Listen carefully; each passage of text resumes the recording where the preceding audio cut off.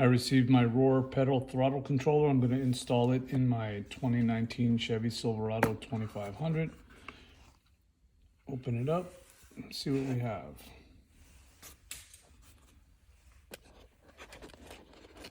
The throttle controller itself.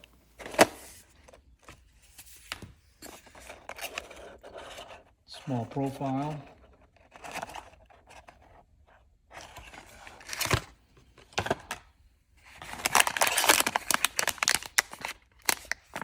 Contains the connection cables. I'm assuming we'll be plugging one into the actual pedal controller on the truck and one into the unit itself.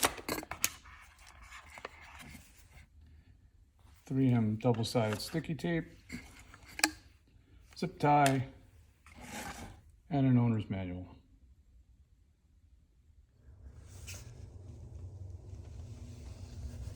We're going to remove the factory harness from the pedal itself. We'll pull out this locking tab, and then you're going to have to just push in on the little detent to remove that locking tab itself. Pops right off of there, and then go ahead and wiggle it loose and pull it out. And this is where we'll plug one end of the throttle controller in. The other side will go into the port that we just removed this part from. Out of the box, we have the connection harness. We're going to be connecting that to the vehicle, to the pedal throttle controller itself, and then we're going to connect up our dashboard controller. For the connection, I'm going to run the wires from underneath, up underneath, and I'm going to have it come out and install it right here on the left-hand side, over by the turn signal, kind of out of the way.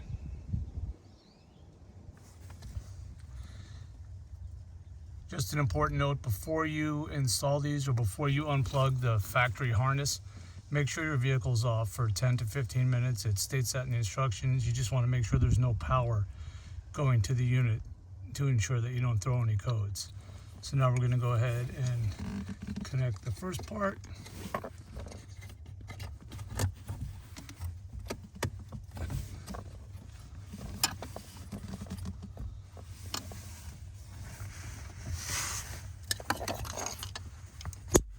Here it tuck into place, and then push the lock to make sure it doesn't come loose.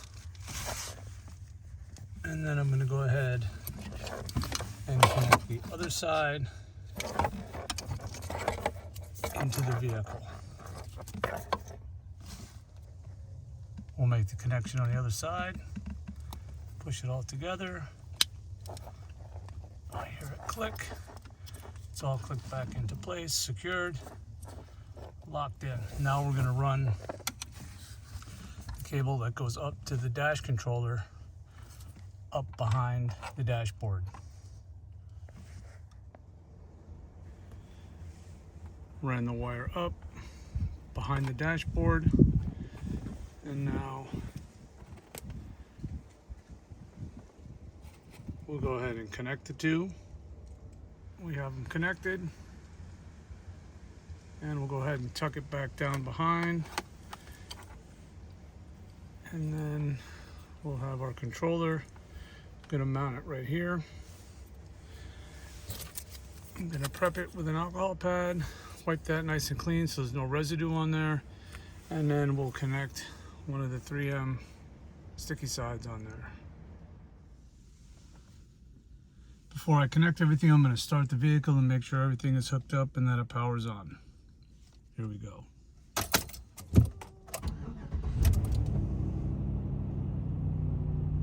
Looks like everything powers up. So in the user's manual, the owner's manual, it shows you the different modes, and it tells you what functions each one of them does. So as we saw, it defaulted when it started in Sport Plus mode, displaying FU3 on the controller itself.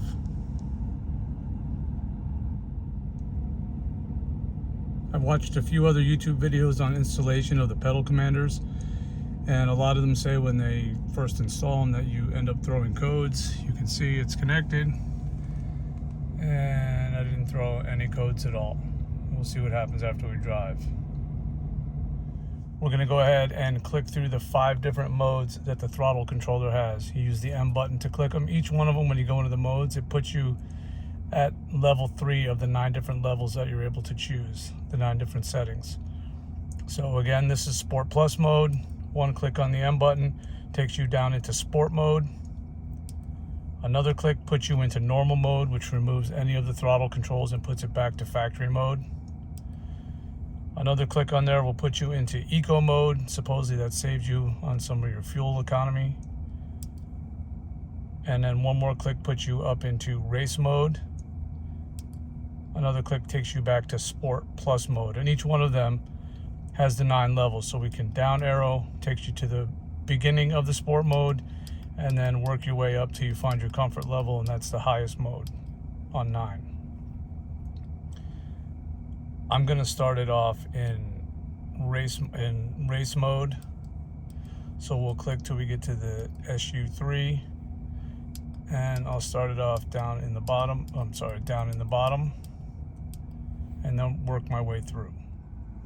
I've tested it in each mode, and you can definitely feel the difference in each one of the modes. I'll spare you having me go through each one of them.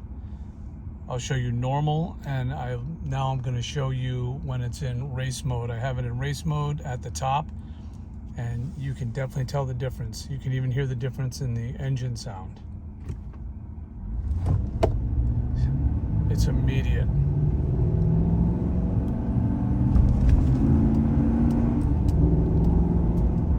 I don't know if you can hear that, but it makes a big difference. And this is the vehicle in normal mode.